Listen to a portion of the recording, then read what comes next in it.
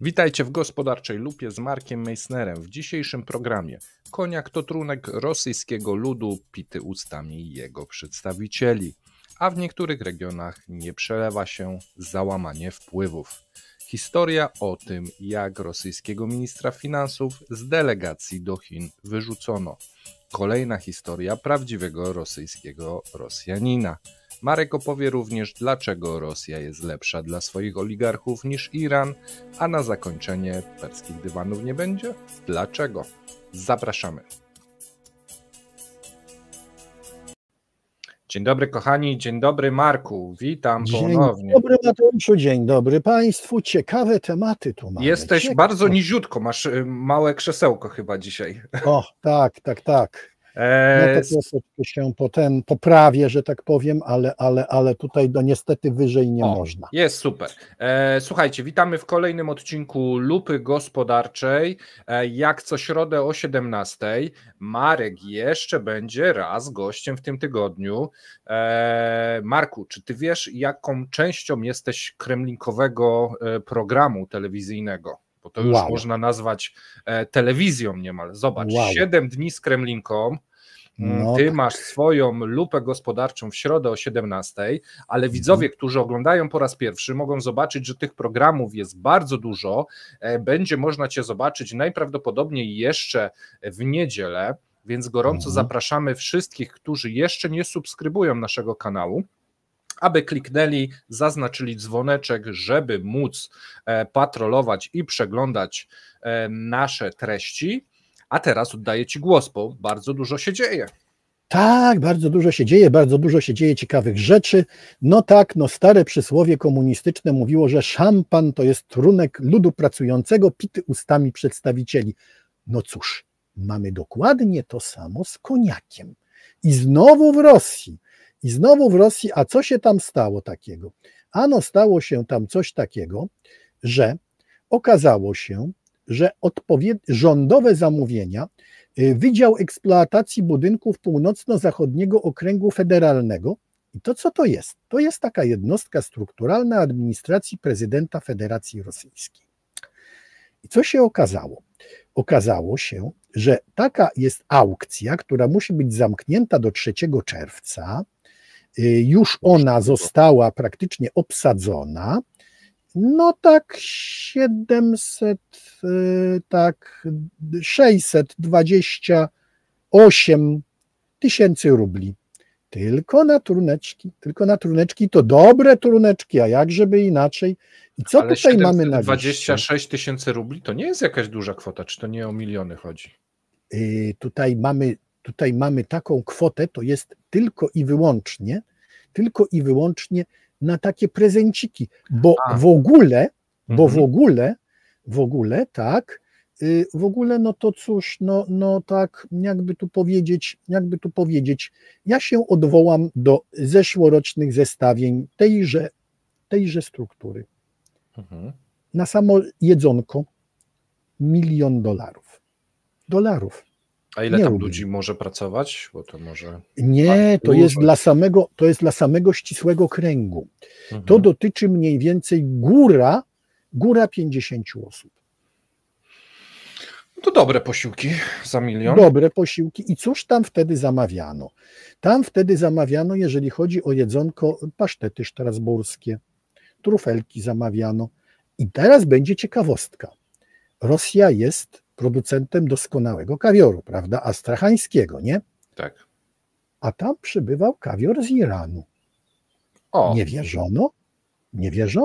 Nie wierzono własnemu top produktowi, który udawał się był do Paryża. I tu zróbmy taką małą gwiazdeczkę i przypis zróbmy. Otóż zwykle i niezwykle było tak, że na ten najnowszy kawior to czekali smakosze Paryża w kolejkach. On przybywał samolotami, w odpowiednich puszkach, prawda, trafiał do najlepszych restauracji i serwowany był taki nawet sezon kawiorowy. No i ci smakosze też teraz czekają. Czekają na ten kawior, tylko że ten kawior przylatuje z zupełnie innego kierunku, z hodowli w Iranie.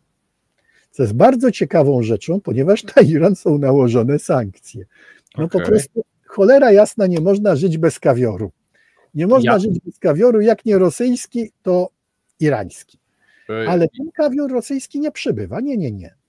Ja tu znalazłem sobie informację, że jeden irański kawior, znany jako beluga kawiar, jest uznany za jeden z najlepszych i najdroższych kawiorów na świecie. To jest tak zwany biały kawior, tak jest. I on być może, ten beluga kawiar właśnie trafia do Rosji. Ale się już znudził ten z ich rosyjski, ten czarny, to teraz biały będziemy ten jedli. No więc mamy szampanik, Moet Chandon Imperial Brit. 7830 rubli za butelkę. Hennessy VSOP 8612 rubli za butelkę. Remy Martin VSOP 8037 rubli za butelkę. Teraz tak, na liście tych takich truneczków 8000 rubli za butelkę to jest 350 zł za butelkę.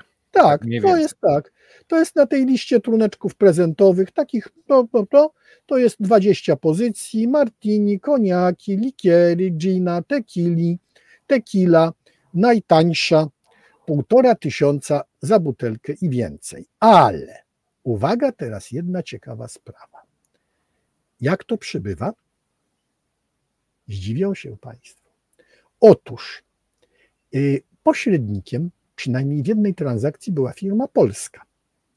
Nie wyspecyfikowano, jaka to firma była polska, ale jednak była firma polska i dostarczała luksusowe alkohole.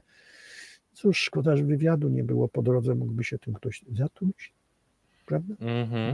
No ale cóż. Ale to jest niesamowite, oni w sumie ściągają trunki z krajów zgniłego zachodu, tak jak mówisz, wystarczyłoby troszeczkę podkoloryzować. I popatrz na marki, to nie są wcale w sumie luksusowe koniaki. Są na prezenty, i to są na prezenty prawdopodobnie dla gubernatorów, urzędników i tak dalej, ale uwaga, największą pozycję i nie wyspecyfikowaną tutaj stanowi Wódzia, Czystie Rozy 100 butelek, Bieługa 80 butelek. I teraz najlepsze, na ile to jest? Otóż ten przetarg jest przetargiem czasowym i on się będzie powtarzał co 3 miesiące. Na kwartał, okej. To nie jest tak, że żyjemy ascetycznie i na rok takie koniaczki średniej klasy. Nie. Te koniaczki średniej klasy są na prezenty.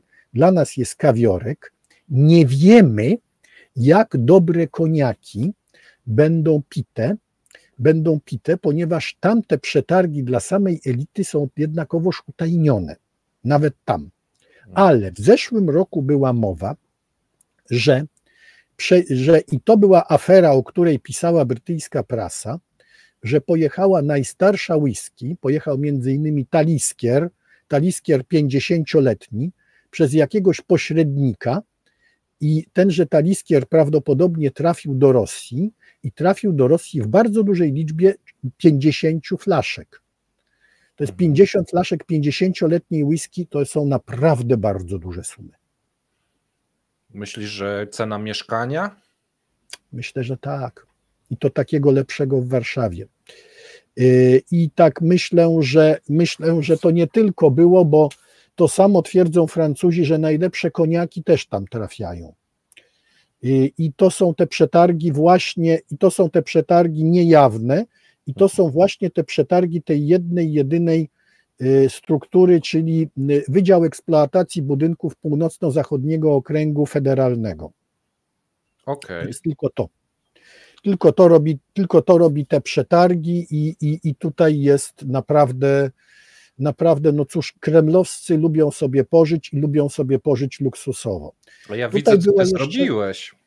Ty zacząłeś od takiego wysokiego C, jak to bogato, jaki to przepych, a kolejna informacja jest, jak to dochody spadają, jak to regiony biednieją. Dokładnie o to chodzi, bo my tu przechodzimy do następnego tematu. Elita sobie pije, popija sobie kawiorkiem za kąsza, a tutaj bida, zwłaszcza w Tiumeniu, region tiumeński, lider w tempie spadku przychodów. Dlaczego? Bo to był kluczowy rosyjski region dla wydobycia gazu i lokalne dochody Skarbu Państwa, czyli tam właściwie gubernatora, spadły o 35% po tym, jak Gazprom został zmuszony do ograniczenia produkcji o 1/4 i poniósł pierwszą roczną stratę od ćwierćwiecza. Gaidar Institute wskazuje, że budżet regionalny Tiumenia otrzymał najmniej podatków od zysków i majątku przedsiębiorstw od 20 kilku lat. Region gazowy, Jamalo-Nieniecki Okręg Autonomiczny. Nie kojarzy ci się coś z tym? Jamalo-Nieniecki Okręg Autonomiczny był także okręgiem, który posłał bardzo dużo ludzi na wojnę. Okay. Tam w związku z tym zrobiło się krótko nawet z pracownikami gazownictwa, wydobycia gazu i ropy, bo tam też tak jest. Mówiliśmy kiedyś, że brakuje w sektorach wydobywczych 40 000 pracowników. Tak zgłaszają oficjalnie firmy właśnie typu Gazprom na przykład w Rosji. No to z tego regionu chyba wyjechało bardzo dużo. Tak, bo tam są jedno z największych złóż gazu Urengoj. I oni mieli ten spadek przychodów o 31%. No i problem, brak podatku dochodowego praktycznie. Czyli w Tiumeniu 36, tak? Spadek? 35%, a 35. Tutaj 30%, a tu 30%. No to ładne tąpnięcie, ale to nie koniec. Tak. Budżet Republiki Sacha, czyli Jakucja, 33,9%. Spadły wpływy z podatku dochodowego od osób fizycznych i podatku od wydobycia minerałów, czyli MET. Co to jest za okręg? Największy na świecie okręg diamentów naturalnych. Korporacja państwowa Alrosa, w 1/3 będąca własnością rządu Republiki, pod koniec ubiegłego roku odnotowała spadek zysków o 15%, przychodów o 9% i przyznała się do problemów ze sprzedażą. Sankcje. Na te sankcji rezerwy niesprzedanych diamentów Alrosy wzrosły 1,6-krotnie. Aby wesprzeć firmę, po raz pierwszy państwo od 2009 roku zacznie od niej skupować kamienie szlachetne. Nie tylko diamenty zresztą. Murmańsk. Kto by pomyślał Murmańsk? Otóż dochody budżetowe obwodu murmańskiego spadły o 27,2%. W regionach gazowych także pojawiły się problemy ze ściągalnością podatku dochodowego. Ogółem rosyjskie obwody uzyskały w okresie styczeń-marzec 5,1 rubli dochodu i 629 5,1 biliona rubli chyba. Biliona rubli dochodu, i 623,9 miliarda rubli nadwyżki budżetowej. Dochody nominalnie wzrosły o 0,3%, znaczy o 3,6%. W ujęciu realnym, jak się weźmie nawet państwową inflację, to one już są 4,1% na minusie. I zmienia się struktura, kto płaci. Płacą regiony, gdzie mamy przemysł zbrojeniowy, a spada tam, gdzie mamy sektor wydobywczy. Czyli... I gdzie mamy sektor rolny. Też ciekawe, że spada. Sektor rolny. Czyli tak naprawdę w tym momencie PKB, czyli ten sztandardowy, wskaźnik wszystkich ludzi miłujących Rosję, jest pompowany, i to widać jak na dłoni, przemysłem zbrojeniowym, a nie tak jak kiedyś wydobywczym czy rolniczym, produkcja. Tam wszystko o 1/3, to nie jest o 3%, to jest 30%. To widzimy, tak, i to widzimy z oficjalnych danych. Dochody z kluczowych podatków od działalności gospodarczej. Podatku dochodowego mniej o 15,6%, podatku od nieruchomości mniej o 18%. To są załamania. Wpływy z podatków dochodowych od osób fizycznych wzrosły o 48%. Fajnie, nie?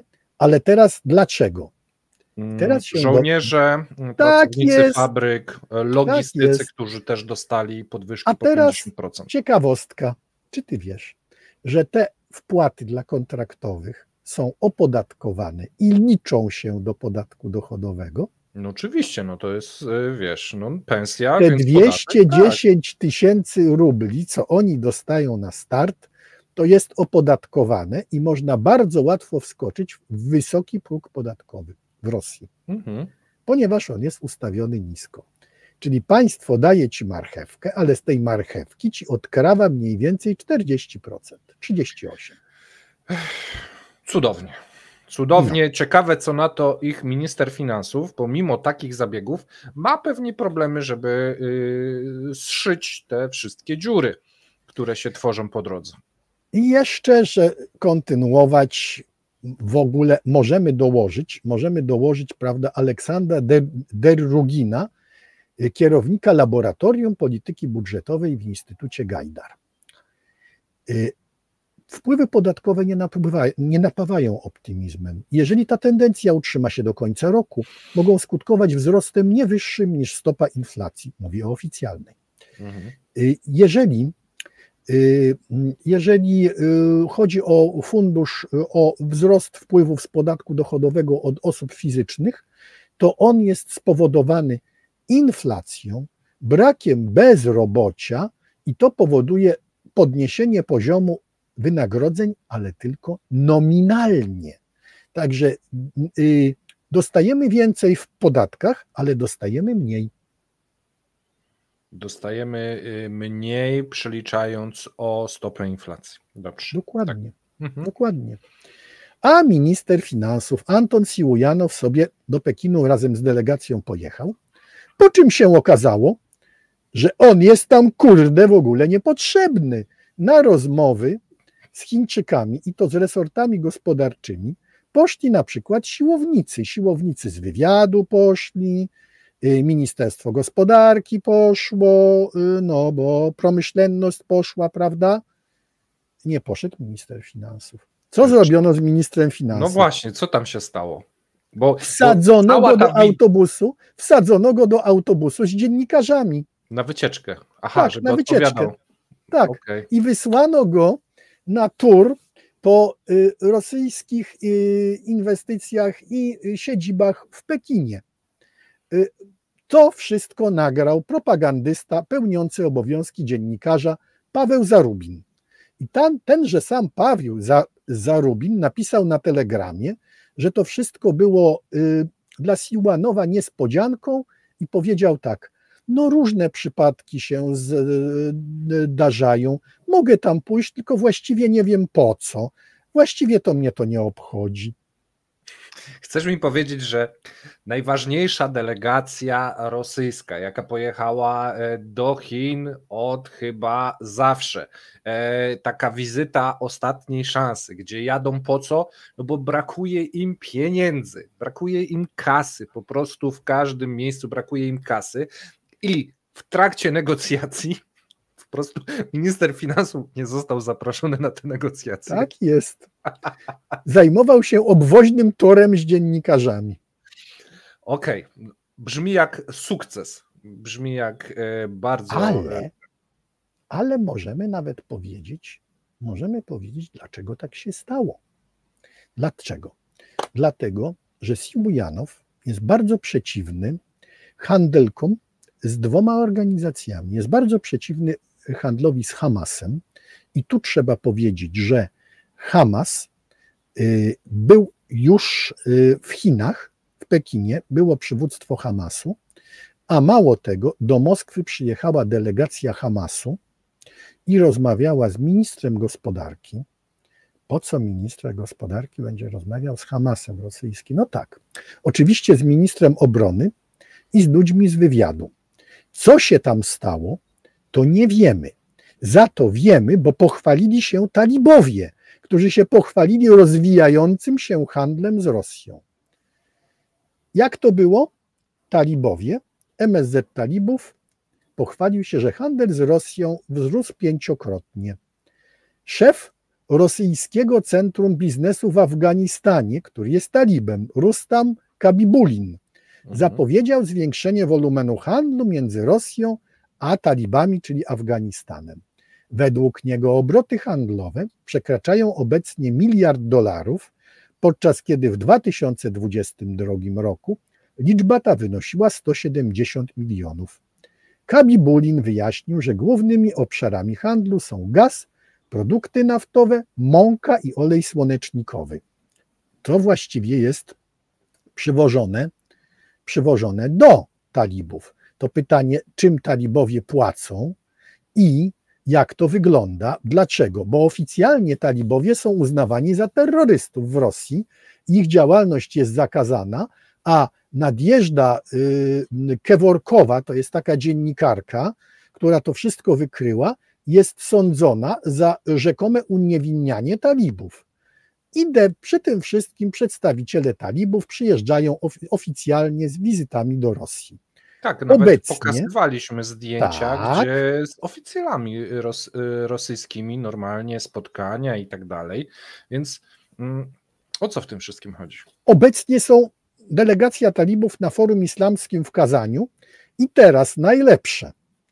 Do końca roku zostanie otwarte afgańskie centrum biznesowe w Moskwie. Ciekawe, jakie biznesy. Dobra, a teraz tak na poważnie. No to nie, to jest całkowicie na poważnie. Co talibowie mogą dać Rosji? Na przykład pod względem konfliktu w Ukrainie. Czy coś mają? Jakieś zasoby? Na zachód, owszem, narkotyki i to robione przez wywiad. I w tym momencie zalanie rynku zachodniego tanimi narkotykami może być wielki problem. Okej, czyli Rosjanie w tym momencie operacja mogą terrorystyczno-dywersyjna. Na wielką skalę. Na wielką skalę. I to jest, pamiętaj, że to jest jeden z największych producentów na świecie narko. Poza tym sami Rosjanie mogą tutaj sobie z tego robić substancje czynne, leki przeciwbólowe, na pewno. Ale to... tak. Ale czy to nie jest broń obusieczna, jak oni zaczną te interesy na szeroką skalę, czy to bardziej nie zaleje Rosjan niż Europy? Może, ale tam u nich narkomania już jest, z tym, że ja myślę, że na tym łapę to położy wywiad. I w tym momencie oni się będą starali bardzo, żeby to wszystko szło na eksport. Już były takie historie, że napływało via Białoruś i z białoruskim stemplem.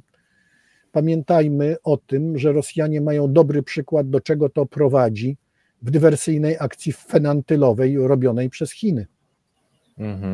Jak uda im się na przykład podłączyć do chińskiego szlaku przemytu fenantylu, no to biedna będzie ta Ameryka, bo ich po prostu zaleją tanie narkotyki.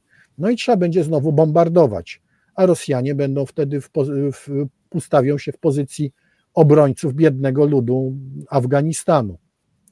Okej, to jest złożone, ale brzmi bardzo ciekawie. To jest możliwe. To jest możliwe. Natomiast co tam może być innego? Ludzie. A Siluanow po prostu nie popiera tego kierunku? Nie. On chciałby... On nie popiera, on się po prostu boi efektów tego i bał się. On zresztą mówił coś o napływie narkotyków z Afganistanu. On bał się, że to się wyrwie spod kontroli. No i trzeba go było dać w odstawkę. Ja myślę, że ten wyraz niełaski świadczy o tym, że chyba przyjdzie następna niełaska i minister zostanie zmieniony. Chociaż on bardzo dobrze sobie radzi z finansami. Dokładnie, więc tam krótka ława. Tak, chyba, że Białousów, bo Białousów też miał swoich protegowanych w świecie finansów. Zobaczymy, natomiast Siluanow i tak tworzy cuda, z tego co może to naprawdę działa. Ja chciałem jeszcze ciebie dopytać, tylko teraz wypadło mi No i ludzie, wiesz, bo oni mają sporo różnego typu niespokojnych duchów, których talibowie by się chętnie pozbyli, zwolenników byłej władzy i tak dalej, zapewnić im dobre kontrakty, jednostka islamska na przykład u Kadyrowa albo gdzie indziej, no i proszę bardzo, mają kolejne mięso armatnie z afgańskim stemplem. Też by im się przydało. Najwyraźniej widać, Rosja w tym widzi interes, skoro zainwestowała równowartość $1 miliarda w handelku i utrzymywaniu talibów. A powiedz mi, bo ty powiedziałeś, że na ewentualnie tym szlaku narkotykowym położą łapy służby. A czemu nie mafie rosyjskie? Chociaż mówisz mafia, myślisz służby. Dokładnie. Tak, dokładnie. A kto to zorganizuje? A kto ten przemyt zorganizuje? To napompuje, wiesz, te grupy przestępcze znowu pieniędzmi. Tam już handel bronią, handel ludźmi, te podróbki, omijanie tego wszystkiego. Do tego jeszcze na szeroką skalę narkotyki z Afganistanu. Zgadza się. No wiesz, ale to wyraźnie widać, że Rosja ma w jakiś sposób nóż na gardle i się chwyta wszystkiego, żeby ten Zachód rozbroić. No ale to jest obosieczny miecz. Oni sobie naprawdę mogą zrobić. No, Rosja Dziki Wschód, mamy program, Paweł go prowadzi. To będzie naprawdę Dziki Wschód, jeżeli to będą kontynuowali na szeroką skalę, bo na mniejszą skalę to dzieje się to cały czas zapewne, ale jeżeli chcą to usystematyzować politycznie, to...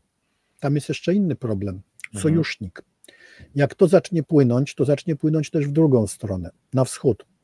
Czyli sojusznik chiński za handel narkotykami, przemyt, tego typu rzeczy ma tylko jedną karę, kula w tył głowy.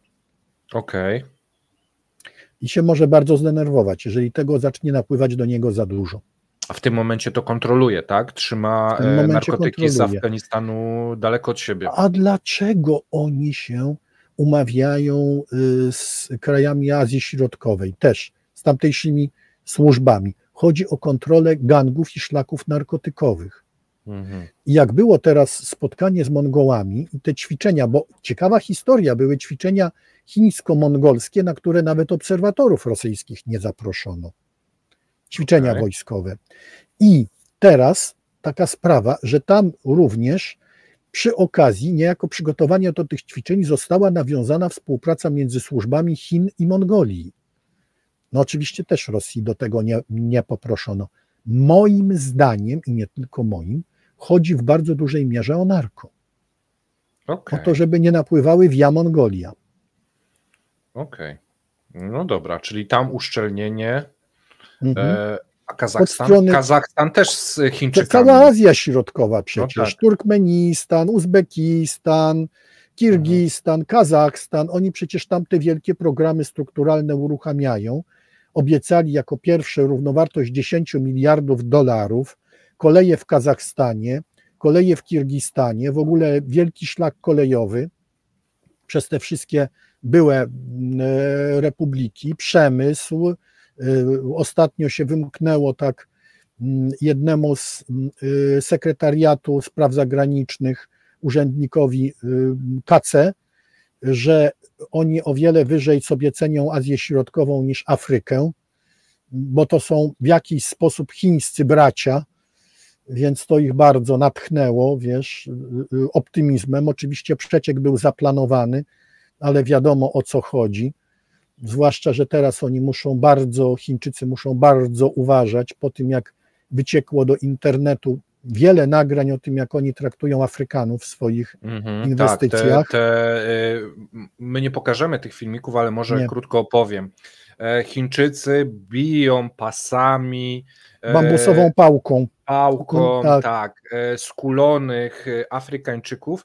Wygląda to jak za czasów niewolnictwa, powiem ci. To wyglądało naprawdę strasznie, nie? Tam są komentarze, że biją ich za kradzież i że to się... Słuchaj, rasizm, który ja widziałem przy chińskich komentarzach, które ja sobie musiałem tłumaczyć, aż musiałem poprosić kolegę, który ten chiński zna, czy ja naprawdę się nie mylę, czy mi przypadkiem translator nie, wiesz, wyleciał w kosmos. bo czarne małpy to tam były określenia no nieomalże takie typowe, wiesz, to już taki small talk był, to już był taki small talk, przy czym wiesz, podludzie też było, czyli widać jak oni sami o tych Afrykanach myślą. Zobaczymy, jak następne dekady w Afryce przyniosą zmiany postrzegania rosyjskiego miru, chińskiego miru, bo Europejczycy byli ci źli, ale to może właśnie trzeba zobaczyć, jak wyglądają alternatywy. Elity kenijskie już się udają z pielgrzymkami do Wielkiej Brytanii. Żeby ich uwolnić od Chińczyków i coś tam zainwestować, to oni bardzo chętnie się zgodzą na taki status nieomalże pół kolonii UK, pod warunkiem, że tutaj, prawda, Brytyjczycy się bardziej zaangażują. I Brytyjczycy się zaangażują, no bo Brexit, prawda, bonus do prestiżu, że były kolonie przychodzą. No ale to w każdym razie tak wygląda. Tak jak mówisz, Chińczycy sobie pracują na opinię równo. Zobaczymy, jak to będzie wyglądać, a teraz myślę, że możemy wrócić do Rosji i do naszego prawdziwego rosyjskiego Rosjanina. Tak jest. To już chyba seria będzie, powiem ci. Władimir Putin powiedział Narodowe cele rozwoju Federacji Rosyjskiej. Dokument cały. Co powiedział? Należy powstrzymać falę emigracji młodych ludzi, której doświadczyła Rosja w ostatnich latach. Do 2030 roku, według tego dokumentu, co najmniej 85% młodych Rosjan powinno wierzyć w możliwość samorealizacji w Rosji. W dokumencie tym Putin żąda... Ale to jest dobre, bo tam jest, że nie powinno stanowić o swojej samorealizacji, tylko wierzyć w to. To jest słowo klucz. Wierzyć. Słowo klucz. Wierzyć. Wiara rzecz płynna, ale tak ma być. Tak ma być. I nie można tego zanegować, bowiem Putin żąda stworzenia, uwaga, skutecznego systemu identyfikacji talentów, a także zwiększenia propagandy patriotyzmu i tradycyjnych wartości wśród młodych ludzi. No i teraz takie pytanie. Paweł, tam jest Mateusz, największa... akurat w tym momencie. Dzisiaj to Mateusz. Dzisiaj Mateusz. Tam jest, kurde, największa liczba rozwodów. Tam najwięcej bije żony. Też jest zabójstw domowych. To są te tradycyjne wartości, nie? Ale wajchę propagandy można przycisnąć. Mózgi wytrzymają. No tak. No jak nie mają wyboru, to wytrzymają, zwłaszcza jak im polać. No ale do 2030 roku co najmniej 75% młodych Rosjan powinno uczestniczyć w projektach i programach rozwoju osobistego i edukacji patriotycznej, a finansowane przez państwo projekty kulturalne i artystyczne powinny składać się w 70% z treści promujących tradycyjne rosyjskie wartości moralne i duchowe. Jak to się nazywa? Ty nie wiesz, ale ja wiem. Konsomoł się nazywa i dokładnie to, tylko bez konsomołu. Konsomoł bez konsomołu. No ale to nie jest jeszcze koniec. Zgodnie z dekretem Putina Rosjanie w ogóle powinni rzadziej albo wcale podróżować za granicę i mieć kontakt z zagranicznymi towarami i usługami. Prezydent żąda obniżenia udziału importu w PKB do 17%, najniższego od poziomu od czasów sowieckich, i tutaj z tych 17% co najmniej 90% to powinien być import przemysłowy. Tak, tylko i wyłącznie, żeby... Wyobrażasz sobie te jeansy made in Russia? Czemu nie? Wiesz, już było. I się prują, więc mogę sobie wyobrazić. Ja pamiętam. Tam było tak dużo, bo to jest te 100 punktów Putina. Nie, to jest osobny dokument, wiesz? To już jest osobny dokument. Tak, ale on w te 100 po wyborach dekretów Putina, myśmy zrobili o tym Jaruskiego całego. Tak. Opisaliśmy te punkty. Ja mam do ciebie pytanie. Czy to jest do zrealizowania, w sensie, czy Hmm. można taką papkę pchać jak w latach, nie wiem, 40., 50. ubiegłego wieku, czy te mózgi nie zmieniły się, czy postrzeganie rzeczywistości się nie zmieniło, czy rosyjski prawdziwy Rosjanin jest dalej tak podatny na propagandę, czy to po prostu jest kwestia ludzka i jesteśmy wszyscy tak podatni? Nie, ja myślę, że propaganda będzie robiona, jak najbardziej będą wydawane duże pieniądze, ale znając Rosjan, to wróci dwójmyślenie. Okej. Dwójmyślenie, czyli jak najbardziej władzy będziemy czapkować, będziemy grzecznie słuchać, ale co powódce powiemy w gronie rodziny albo oddanych, gdzie wiadomo będzie, że nikt nie zakabluje. A czy wiadomo będzie? To zależy, ile zainwestujemy w służby. Ale zawsze będzie to grono oddanych 2-3 osób, wśród których będzie można ponarzekać na zasadzie, że jeżeli ty pójdziesz na mnie, doniesiesz, to ja mam większe papiery na ciebie. Okej. Czyli każdy będzie trzymał w domu teczkę na znajomych. To też. Ale w każdym razie zbierał grzeszki. Pamiętajmy, że ja pamiętam, że było kiedyś było takie Gry w tajności zdjęty, cały cykl publikacji militarnych, wojskowych, różnego typu też i z administracji cywilnej, wywiadowczych. To było na początku wolności rosyjskiej, kiedy jeszcze wszystko było można, w 90 latach. I pamiętam, jak rzuciła mną o glebę jedna rzecz. W tym Gry w tajności zdjęty znalazły się donosy do KGB na obywateli. W latach 80. wiesz, ile tych donosów napływało rocznie? Pewnie kilka milionów. Dokładnie, 4,5 miliona. 4,5 miliona. Ja się zastanawiam, jak oni to czytali, bo wygląda na to, że po prostu była cała, wszystkie mieli osobne wydziały do czytania tych donosów. Potem jeszcze trzeba w jakiś sposób to skatalogować, przekazać, połączyć, tworzyć teczki. Cała infrastruktura. Dokładnie. Musisz do tego zbudować całą infrastrukturę ludzi przełożonych, wzajemna weryfikacja jakaś, czy ktoś... Znaczy były to donosy zarówno ustne, jak i pisemne, ale wszystko trzeba było katalogować. Wszystko. Się zastanawiam, jak ogromne musiało być archiwum KGB i rozumiem, dlaczego KGB było przez dekady, nie? Tak, było pionierem w ucyfrowieniu danych w Rosji. No tak, weź to poszukaj. Weź to masz na nazwisko i idź w te wszystkie, wiesz, zasoby i szperaj.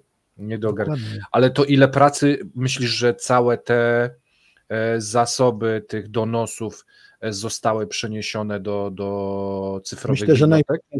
Myślę, że najważniejsze rzeczy.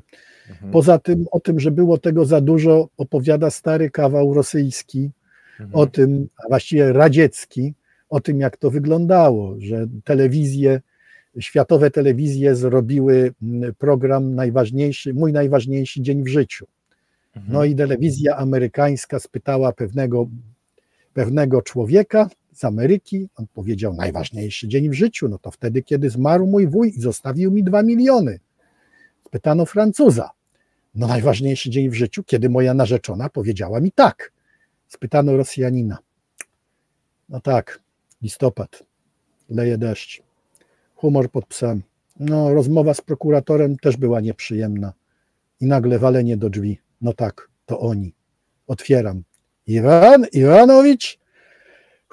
Nie, on mieszka piętro wyżej.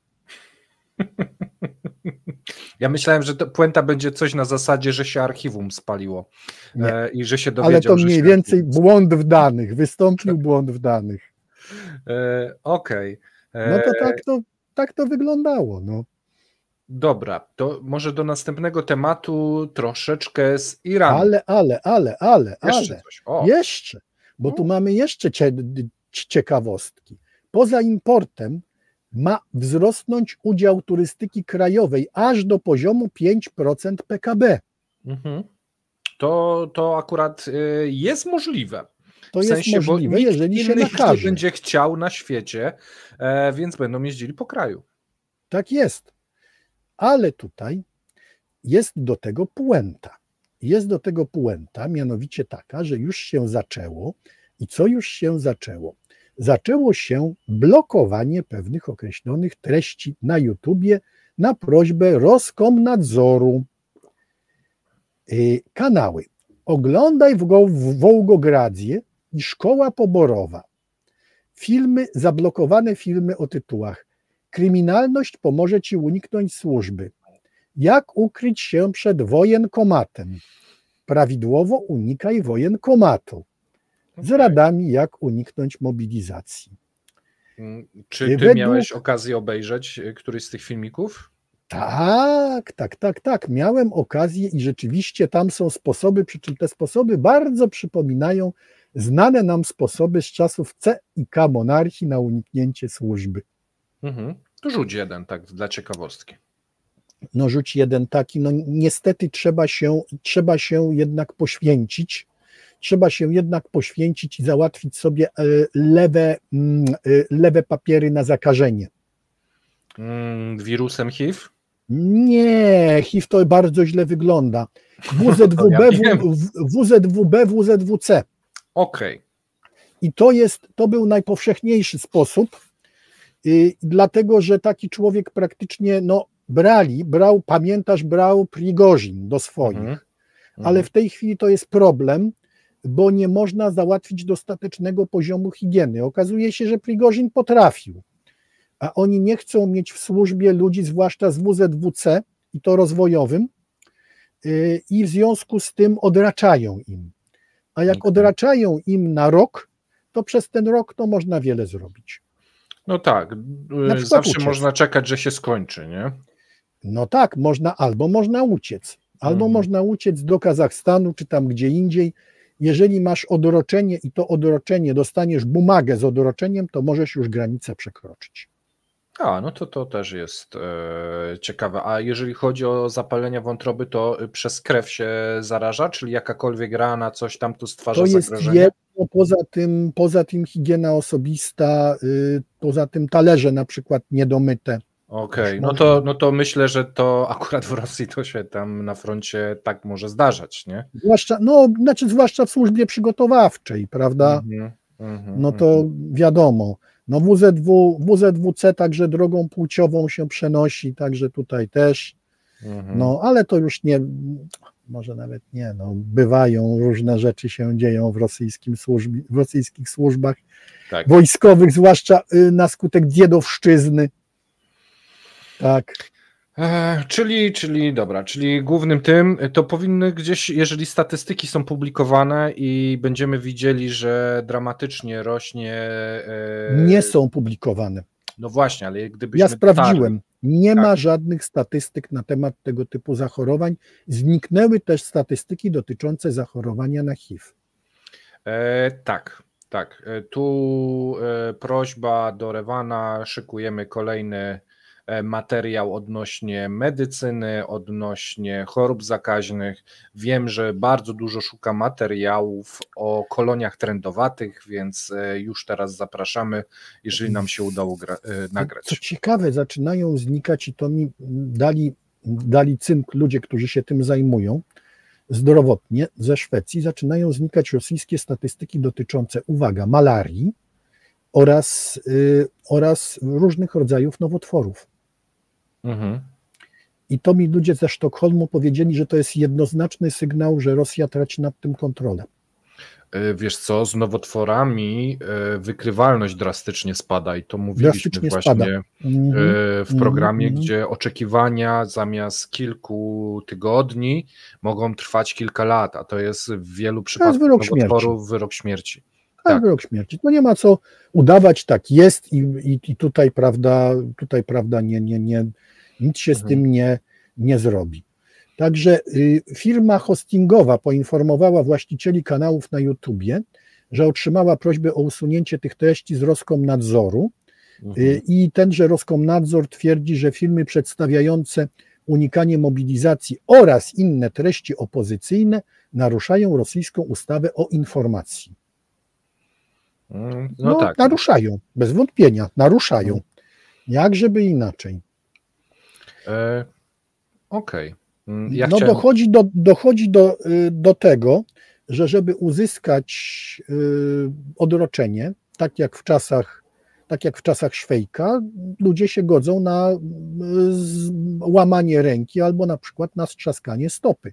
Przy czym nie wiadomo, czy ta stopa się prawidłowo wzrośnie. Ja widziałem na początku konfliktu, jak skakali sobie na piszczele na schodach. To straszny widok, ale to był jakiś sposób, nie? Żeby to odwrócić. No. Tak, zgadza się. Tak się działo. No i podejrzewam, że do teraz się dzieje, chociaż no, tak jak mówisz, jest duża szansa, że ci to teraz źle poskładają na przykład. No to dokładnie, bo lekarzy nie ma. Wiemy, że w okręgach autonomicznych gubernatorowie zaprotestowali przeciwko zabieraniu ostatnich lekarzy na front. No tak. Bo są regiony, gdzie lekarzy praktycznie nie ma. W Jamalo-Niemieckim jest tak, że do lekarza najbliższego jest 360 kilometrów. Wiesz co, jak zeszliśmy na tych lekarzy i służbę zdrowia, ja może wrzucę tym, którzy nie mieli okazji obejrzeć z Maciejem Gniatkiem 12 kwietnia. Był taki chyba 1,5 godziny artykuł, gdzie tą służbę zdrowia w Rosji prześwietlaliśmy. Maciek jest ekspertem, bardzo dużo włożył pracy, znajdował bardzo ciekawe informacje. Jeżeli chcecie sobie poszerzyć tą wiedzę, to zapraszamy. A my może przejdziemy do kolejnego materiału. Przejdziemy, a jak żeby inaczej. Jak myślisz, dlaczego Rosja jest lepsza dla swoich oligarchów niż Iran? Nie mam nie mam pojęcia. Szczerze mówiąc, to takie pytanie podchwytliwe. No był sobie taki facet, który się nazywał Babak Zanjani. No i Babak Zanjani był bardzo dobrze urządzony w środowisku prezydenta Mahmuda Ahmadinejada swego czasu. No i żył bardzo dobrze, a liści. Prezydent się zmienił, został nim Hassan Rouhani, nastąpiła typowo chińska akcja antykorupcyjna i Zanjani został w 2013 roku aresztowany. Został aresztowany pod bardzo takimi zarzutami twardymi: pranie pieniędzy, fałszerstwa, oszustwa, zakłócanie gospodarki kraju. Bronił się ostro. Dopiero w 2016 został skazany na karę śmierci. Jaki był efekt? Ano zniknął. Sądzono, że już dawno został powieszony, spalony i wrzucony do rzeki, co się czasem zdarza. A liści, bo z rodziną żadnego kontaktu nie miał. A liści tenże wtorek, irański wymiar sprawiedliwości ogłosił, że złagodził wyrok śmierci dla Zanjaniego na 20 lat więzienia po tym, jak współpracując od 2016 roku z władzami, zwrócił majątek wartości około 2,1 miliarda dolarów, przy czym pochodził tenże majątek z nielegalnej sprzedaży za granicę ropy. Czyli to był facet naprawdę sporo urządzony. Teraz rzecznik wymiaru sprawiedliwości Ashgar Jahangir powiedział, że apelacja Zanjaniego o amnestię została rozpatrzona, a osobiście Ajatollah Ali Khamenei zamienił ją na 20 lat więzienia, zatwierdził. Dlaczego? Dlatego, że Zanjani zwrócił majątek, zrekompensował szkody i wyraził żal z powodu wykroczenia. W ostatnich latach Zanjani współpracował z wymiarem sprawiedliwości w celu zlokalizowania majątku za granicą, w wyniku czego wszystkie pieniądze zostały zwrócone, stwierdził triumfalnie rzecznik wymiaru sprawiedliwości. Dlatego Rosja jest lepsza dla swoich oligarchów niż Iran. Bo mogą wyjechać z tymi pieniędzmi. I nie wszyscy spadają ze schodów oraz wypijają herbatkę, która im szkodzi. A tu rozumiesz, majątek albo czapa. Jego życie kosztowało go $2 miliardy w sumie. Drogi facet, nie? Drogi. Ale I w bardzo sumie drogi. nie zamienił tego na wolność, a na więzienie. Na 20 Gdańskie lat. więzienie. To Ma też 48 w tej chwili. Być może jeszcze wyjdzie. I raczej myślę, że urządził się tak, że oddał na tyle, żeby miał na jakieś skromne życie. I jeszcze może warunkowo po 10 na przykład. Może Jak się będzie uda. dalej bardzo grzeczny, Mhm. może mu Chamenei zatwierdzi i pozwoli całkowicie zrujnowanemu facetowi ze zniszczonym zdrowiem, który będzie się kulił na widok każdego munduru, wyjechać za granicę. Być może. No dobra. No to przekonałeś mnie. Iran dla swoich oligarchów jest gorszy, chociaż to jest jednostkowy przykład. To byś mi musiał podać więcej, żeby to utwierdzić. Powiedzmy tak, nie wiemy o tych, którym wyroku śmierci nie zamieniono na 20 lat. No tak, to w sumie rzeczywiście. A wiemy, że gorzej. Iran wraz z Arabią Saudyjską i Chinami przoduje w wykonaniu wyroków śmierci. Tak.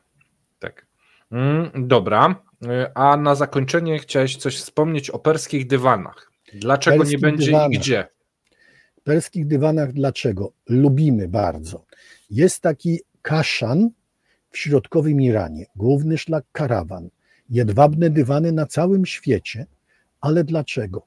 Teraz nie ma. Według rządowych danych celnych irańskich eksport dywanów, który 2 dekady temu przekroczył $2 miliardy, spadł mniej więcej do $50 milionów w ostatnim roku kalendarza perskiego kończącego się w marcu. Dlaczego?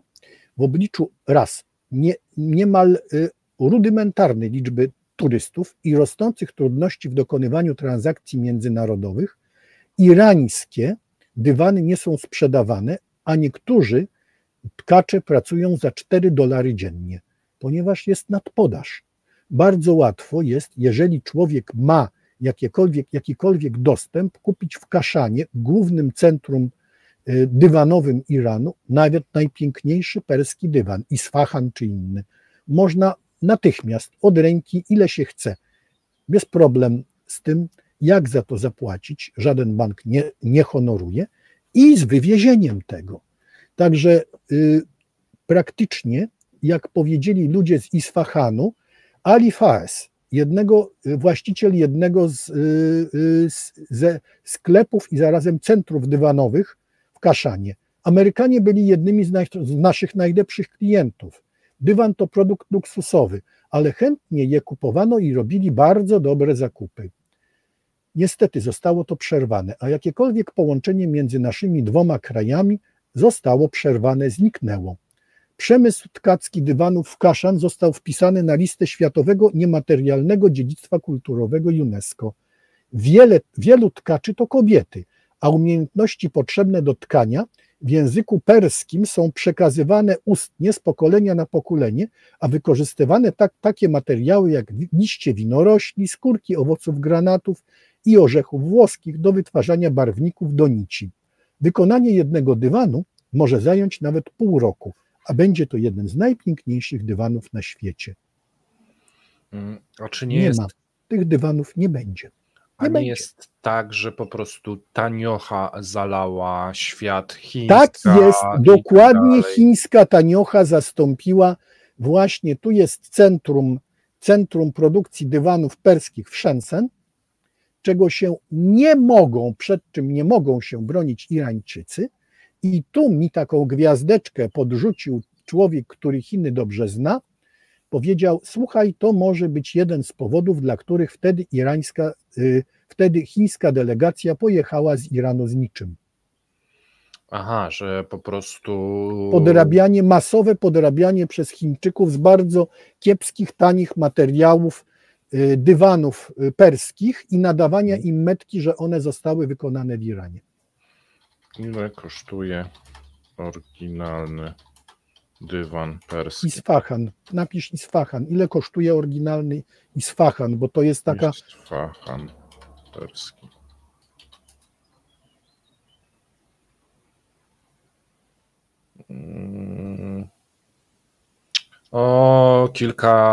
Od kilku tysięcy do kilkunastu tysięcy złotych nawet, ale to są chyba używane. To są używane dywany, Tak, używane dywany. Nowy to aż strach pomyśleć, może być nawet koło 100 tysięcy? Więcej. Wow. Nowy Perski Isfahan, ja pamiętam, że widziałem takie ceny na rynku amerykańskiego, gdzie to było w przeliczeniu na nasze 485 tysięcy. I to nie był największy. I to nie był największy Isfahan możliwy. Inna rzecz, że zdobiony pięknie, zdobiony cały. Niesamowite, to później aż strach po tym chodzić. A jednak. No to słuchaj, pamiętaj, że to kupują tacy ludzie, między innymi jak Donald Trump, który jest miłośnikiem tych dywanów, to znaczy nie wiemy, czy Donald sam, czy Iwanka, ale w każdym razie u nich w rezydencji tych dywanów jest dużo. Wow, no to jest, myślę, że jedna z fajniejszych ciekawostek, jakie się ostatnio dowiedziałem. Dajcie znać proszę w komentarzach, co o tym sądzicie. Jeżeli macie pytanie do Marka, właśnie, bardzo ważna rzecz, to od następnego razu spróbujemy wpleść w lupę gospodarczą też pytania od Was. Nie wiem, czy to będzie jedno pytanie, 2, 3, zobaczymy. Ale chcemy, żeby ta interakcja była większa, więc pytania zadawajcie, my będziemy wybierali i będziemy te pytania zadawać Markowi, zresztą tak jak to robimy na Cepie Chińskim z Łukaszem Kobierskim. Masz jeszcze coś dla nas, czy zamykamy dzisiejszą? No, dzisiaj tośmy się uwinęli ekspresowo, ale no tutaj prawdę mówiąc, no już nam się troszeczkę tematy wyczerpały. I myślę, że do następnego razu i w następnym razie się postaram zajrzeć też do innych krajów, które są połączone tą osią, jak to się często mówi. Świetny temat. Dajcie nam pytania, gdzie Marek ma tą lupę skierować. Czy to na Koreę Północną, czy na Iran bardziej, czy na Chiny, może Wietnam, może wiecie, Meksyk, coś tam. Dajcie znać, bo może te powiązania gospodarcze, globalne, jak dobrze wiecie, są i pewnie znajdziesz ciekawostki. Coś znajdę, zawsze coś znajdę, zwłaszcza, że tam jeszcze w grę wchodzą takie interesujące kraje, jak na przykład Wenezuela, takoż w tej osi jest. No wszystkie tak naprawdę to wszystkie kraje BRICS. I tutaj jest wiele do powiedzenia, ale chcielibyśmy, Mateuszu, żeby klamrą tego wszystkiego była jednak Rosja. Że gdzieś tam ta Rosja musi się nam stale przewijać, bo to ma nie być podróż po świecie, to ma być podróż po ruskim mirie. Łapanie Rosji za macki. Tak jest. Jeżeli możemy tak nazwać. I tym oto akcentem w takim razie przyszło nam się pożegnać. Dziękujemy serdecznie. Pamiętajcie o łapkach, komentarzach, jeżeli oglądacie po raz pierwszy, to subskrypcji, a ja jeszcze raz wrzucam na 2 sekundy informację, jak wygląda nasz rozkład tygodnia. Jeżeli ktoś nie wiedział, to teraz wie. Trzymajcie się. Cześć. Cześć. Materiał ten powstał dzięki wsparciu społeczności patronów. Jeśli chcesz wesprzeć autora i konkretny format, zapraszamy do linków w opisie pod filmem.